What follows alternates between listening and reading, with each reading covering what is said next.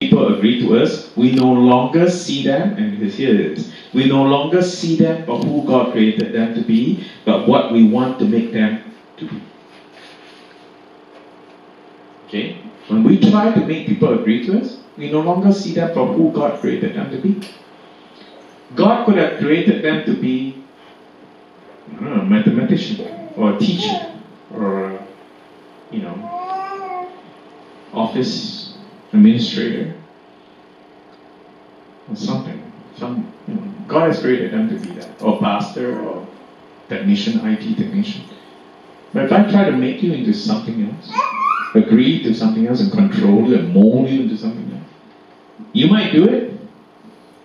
Not going to be happy. Not going to be happy. When we cannot make people agree to us, we tend to, if we're in a position of authority, force them to. And that, by the way, ladies and gentlemen, is bullying. Bullying is powerlessness. No power in that. And guess who operates in no power? Satan. Because he knows that God has given us power, spirit of power. So how does he rob you of your spirit of power? Make you believe you can bully people into agreeing. Agree to me. I'm the bully. People may agree in front of you, but something else when you're not watching. Okay? How often is that? Yeah, you better do this. You're not watching, but in your face, boom, they're doing something else. And if we are on the other side, then we feel like a victim. Right? We feel like a victim. It's also powerless, by the way. We're not letting the bully know. Like if a person is bullying you at work and you keep saying, yeah, okay, I'll put the IV this way in the thigh instead of being in the, in the arm, the way you want it. And you keep doing it. Next day she says, no, shove the IV in the head. Okay. Okay. But clearly you know it's wrong. Clearly, you didn't go to school and you were taught that way. You just know it's wrong. The person just wanted you to just agree. They want to feel power. But let me tell you something. There's powerlessness. Powerless. But here's the kicker. If you are the victim and you keep allowing the bully to bully you, you are actually encouraging powerlessness. The bully will never know that there's a wrong behavior. And then the next person that comes, the bully will execute the same bullying tactics on that person. Alright? So you actually has the power to change the bully. You have the power. Okay? I'm going to get to that in the next second. And then the third, we know that if we try to be a rescuer, when we see somebody victimized, it's also powerless. Because why? Because we're not responsible for them, but to them. We're not responsible for them, but to them. Okay? If Nick says, oh, I need help because my car is whatever, stuck here, whatever, and then he asks for help, I go help him. Right? I'm responding to his call for help. Okay? But I'm not responsible for his choice. Okay? I'm not responsible for that. If he chooses to call Kathy, right? Kathy, my car's whatever. Can you come and help me? And then I see in the WhatsApp, I say, hey Nick, I want to come and help you. He didn't ask for my help. You see that? He did not ask for my help. Right? Respect people's choices. God has given you choices in life. God gave Adam and Eve choice. One tree only you cannot eat from, out of the millions of trees. What did they do? They ate from it. But you know what? God was upset But he still respected their choice. You know how I know that? He killed the first animal and covered them. If he wasn't respecting their choice, he said, okay, get lost. You're on your own. Adios, amigos. Muchachos, see you later. Right? The ground's cursed, everything's cursed. You are cursed, you're out of here. And your fig leaves, they're gonna wait. They're gonna fade away in like the next 2 days and you'll be naked again. So he didn't do that. Okay? So rescuer. So the more we act powerlessly, the more time we give the enemy time to torment us. The more we do all those things I just told you, like, you act powerlessly, you allow the bully to bully you, and you allow yourself to be a victim, and you keep saying, I'm a victim, I'm a victim, I'm a victim, I'm a victim, I'm a victim. You're not a victim. Jesus is saying you're a victim. Okay. The more time you give the enemy to torment you, the more time the enemy says, I got them. I took away the spirit of power. Now it's a spirit of fear. The spirit of fear is in you, or in her.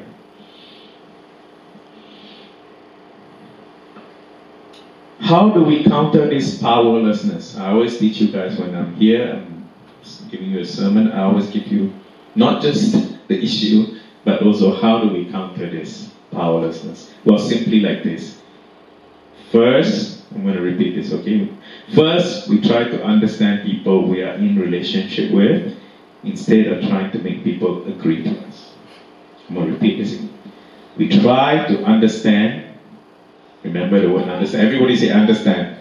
Understand. People in the relationship with us instead of trying to make people agree, say agree. To us. So understand instead of making people agree.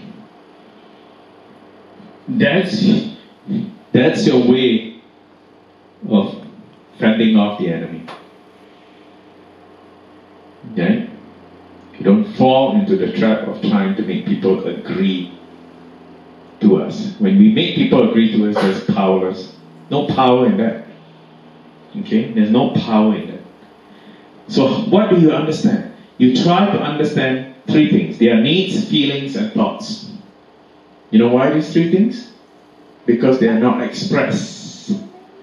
Their needs, feelings, and thoughts. You can't see them.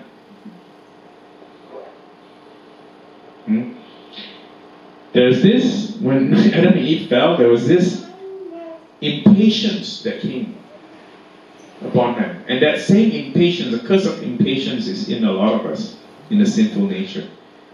We don't, in the relationship, we don't even try to understand. We just want to make people agree because I'm late for work already. Just agree, change to this clothes, go.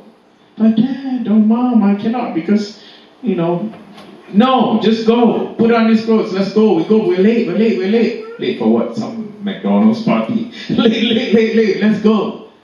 Maybe if we just try to understand our children, maybe they're trying to say that clothes give them itch. Huh? The material in the clothes make them itch and they scratch and they bleed. We don't even find out. Next thing you know, they're bleeding. You go, oh, you got some allergy. Go to the doctor now. No, but Dad, I want to tell you. No, go to the doctor now. Now. Go to the doctor. Drugs. Did not even first try to understand that it came from the clothing. If you just remove the clothing, there's no arguing in the family, no drugs needed. You see that? Instead of making people agree to you, you understand. How do you understand? You understand three things. Their needs, feelings, and thoughts. Write it down. Right? Write it down.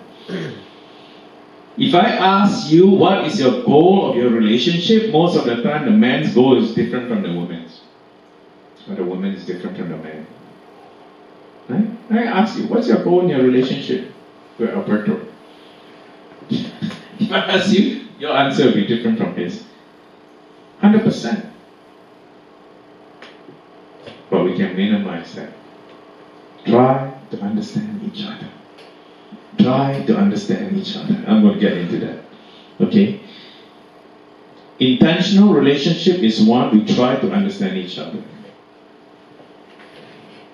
Intentional relationship is one we try to protect the relationship. Protect the relationship. Your sisters, protect the relationship. So important. Protect. And how do you protect? Understand each other's feelings, thoughts, and needs. Talk to each other. Communicate. Okay? To protect the relationship is to understand the significant other and not make them agree to what you want them to agree to. Okay? Don't go in a relationship and first thing you want to do, I'm going to make her agree to me, or else I'm going to give her a silent treatment. Ooh, double jeopardy. Double jeopardy. First, it's wrong to try to make them agree to it. Secondly, they don't agree, you give them silent treatment. Who's suffering? You are. Why? Because Satan's got you in the spiritual. And then next thing is going to manifest in the physical. Right? You wonder why the headaches. Man, I'm coming out of rashes. Man, why? Because in the spiritual, they cannot agree to me. They don't agree to me. They don't agree to me. I'm going to give them silent treatment. Well, the only people that is going to be quiet is you. They'll continue to talk to their friends. You're just not talking to them. Okay. That means getting to know each other's needs, feelings, and thoughts. Getting to know each other's love language. You want to get to love language. Okay? It's important to get to know the love language of your spouse, your sister, your brother, your boyfriend, your girlfriend, your husband, your wife, and your community. Whoever you work with. Find out their love language. So what are the love language? Intentional relationship requires vulnerability. Vulnerability. My mouth is stuck. You need to be vulnerable. Okay, what do I mean by that? Okay, write this down. If you take notes, okay, guys. Once this is done, you're not gonna. You can listen to the video, but intentional relationship requires vulnerability. Okay, you need to be vulnerable from both sides when you're talking to each other. Okay, so how do you get vulnerable? What do you mean by that, Tom? You've got to be able to express your feelings, thoughts, and needs to each other truthfully. Don't hide it. It's a risk. Right? I said from the beginning, God wanted a true relationship and fellowship with Adam and Eve. It was a risk. He put a tree there as a risk. It's a risk. And God can take that risk, you can take that risk. That is true relationship.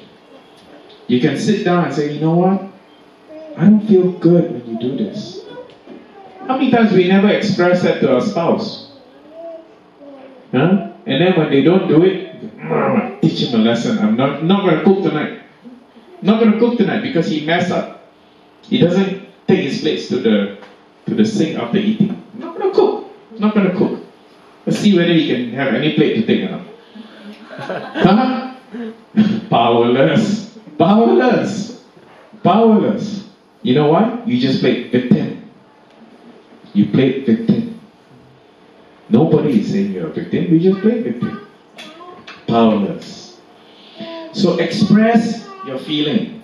Sit down with love on, not trying to make them agree, but with love on and say, hey, hubby, I would love it if you could just take your plate after eating to be cleaned up. He is not some mind reader. He cannot read your mind. Come on. Huh? You expect him to know that? No, you don't know that. You need to express your feeling. Your thoughts. Your thoughts.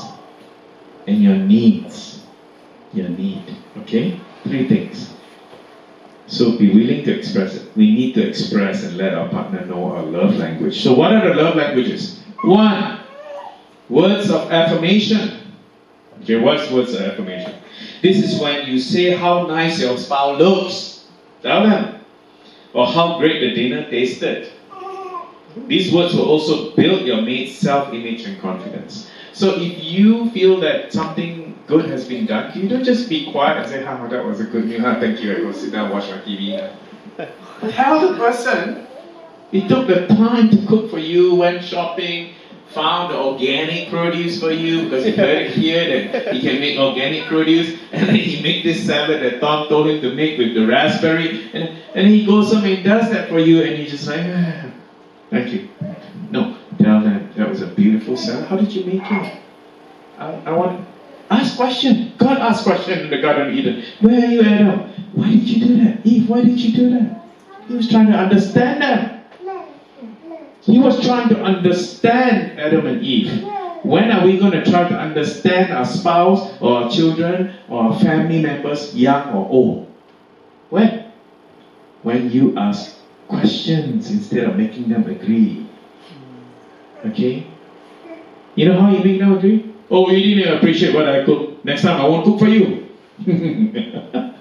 That's a typical Asian style. Okay? Let me tell you something. We need to celebrate people who try to understand us. They try to understand us, and they're just like, why? Did you like the meal? Ask questions like that.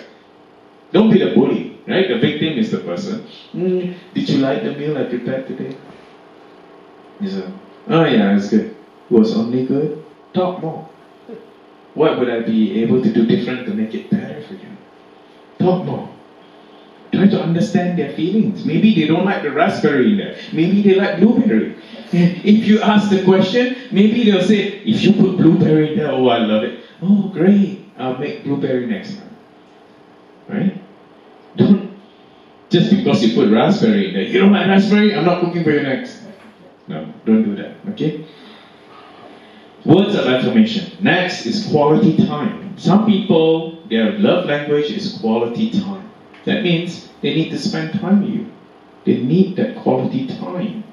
Some spouses believe that being together, doing things together, focusing in one another is the best way to show their love. If this is your partner's love language, turn off the TV now. Okay? Canucks can wait, put on tape or something. Turn it off. Turn it off. In my case, I have to turn off my cell phone. To Sharon. Turn off your cell phone. I'm turning on my cell phone. I'm learning to turn off my cell phone. Why? Because a lot of people want to talk to me, right? I turn on my cell phone on a Saturday. By the way, Saturday is my Sabbath. Just letting you guys know that. I get a lot of texts I don't reply, not because I'm rude. It's just that I set boundaries. I'm going to talk about that in the next little while. Boundaries. Right? So quality time. And then gifts. That's another love language. Gifts. The first was words of affirmation. Second, quality time. Third is gifts. It is universal in human cultures to give gifts. They don't have to be expensive, like to send a powerful message of love, okay? Spouses who forget a birthday or anniversary, who will never give gifts to someone who truly enjoys gift giving, will find themselves with a spouse who feels neglected and unloved.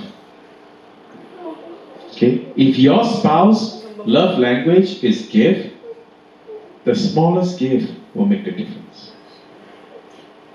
Intentional. Okay? Maybe she likes flowers. You just need to buy one flower. You don't have to go extravagant and go, oh, that's going to cost me a week's salary. I'll buy a dozen roses. But no, you don't need to do that. But because you're being intentional, the flower is what she responds to, then don't go and buy, I don't know, some other things. Kamdo Bakery or something. Buy Chinese, buns. She won't appreciate that. Her love language is gift, and the gift is flower. Find out.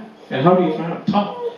Talk to her. Understand her feelings and needs and wants and her thoughts. Sorry. The fourth one is the act of service.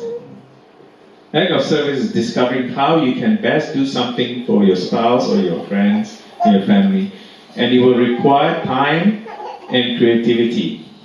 Time and creativity. These acts of service like vacuuming, hanging a bird feeder, or planting a garden, etc., need to be done with joy in order to be perceived as a gift of love. Acts of service. Okay? If your mom's act of service is just I don't know, just clean the house or vacuuming the house. Do it with love. Do it with love. You know it. We all know it. What are the acts of service? But you know what? Sometimes we don't. Sometimes we don't. So we need to ask questions. And you, as a person that wants that act of service, you need to express your feelings. You know, for the first time I expressed my feelings to my kids. I said to them, you know, thank you for taking those plates away after eating. I said, I feel very loved.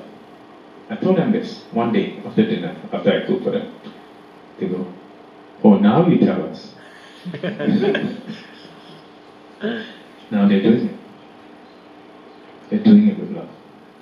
They don't know, right? They don't know. They are not some mind reader. They don't know that act of service is your love language. You feel love when somebody does something for you. Physical touch is the last one. Some people, they like to be touched. And sometimes they just need to be stroked or holding hands or pat on the cheek or a hug. There's nothing wrong with that. Okay? Some people, they just need a hug. Alright? Some other people, they get this wrong message from other people saying, no hugging, no hugging, no hugging. It's bad for you. No. I think that's coming from the enemy. God has created his feelings that will respond to touches. Right? Otherwise, those RMT won't be having a job. By the way, you should study to be a registered massage therapist. I know of a friend who is here at number 3 Road, and her clinic has grown huge. Huge. Why? Number one, people do get injured. Right? Number two, some people respond to touch. That's healing in that. Why do you think Jesus always touched those people? Okay? Show me your hand. The guy whips out his withered hand. Touch it. Right? The woman touched Jesus. Why? Because there's physical healing in that. Not only are you spiritual, you're physical, you're emotional. There's also an emotional healing in that. Right? How many of those guys are calling up to Jesus? Jesus, son of David. Jesus, son of David. Jesus said, yes? What do you want? You think Jesus didn't know what he wanted? Jesus wanted to understand them. He took the time to understand them. When they were understood, it empowered them. Do you understand? When you are understood, it empowers you. Wow, they took the time. Jesus took the time to understand me. That's power. That's power. Okay? So those are the 5 love languages. Get to know each other intentionally. That's power. There's power when you know you have it, but it's under self-control somewhere. There's power. Okay? When the Bible talks about the meek, it's not that they're weak. It's power under control. Okay? There's power when it's under control. To do this, we must always keep our love on each other. Okay? We keep our love on each other. Even when you try to understand each other, keep your love on them. And to keep your love on them is also to set healthy boundaries. What I just told you, Saturdays, I'm not responding to any texts or anything, unless it's super urgent or emergency. I'm not doing that. Right? You need time to yourself sometimes. Okay? Now, the bully I talked about earlier, we need to express to them that we will choose not to be bullied and set boundaries. You need to do that. It's not because you want to win. No, you are actually empowering the bully. Because when you set the boundary, he realized or she realized that that's the wrong behavior. They'll stop. They will stop. That actually encourages them. Okay? Now, then the people that always play victim, we need to set healthy boundaries and say no to their powerlessness. Say no to it. The rescuer I talked about earlier, we need to tell them that God is the true rescuer. No matter how much you rescue, you're not going to change anything. God has given us a power, love, and a sound mind, self-control. So when we know who we are in Jesus and who Jesus is in us, we relax knowing all power is in us. And that love is in us. And that Jesus' sound mind is operating in our mind. Do you know that? How do I know this? Simply because like this, and I'm going to end soon, I know it's been a while.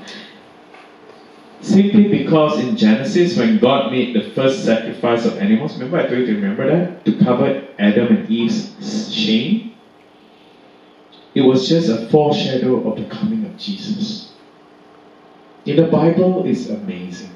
Whatever that is revealed in the, or hidden in the old, is revealed in the new. It's revealed in the new.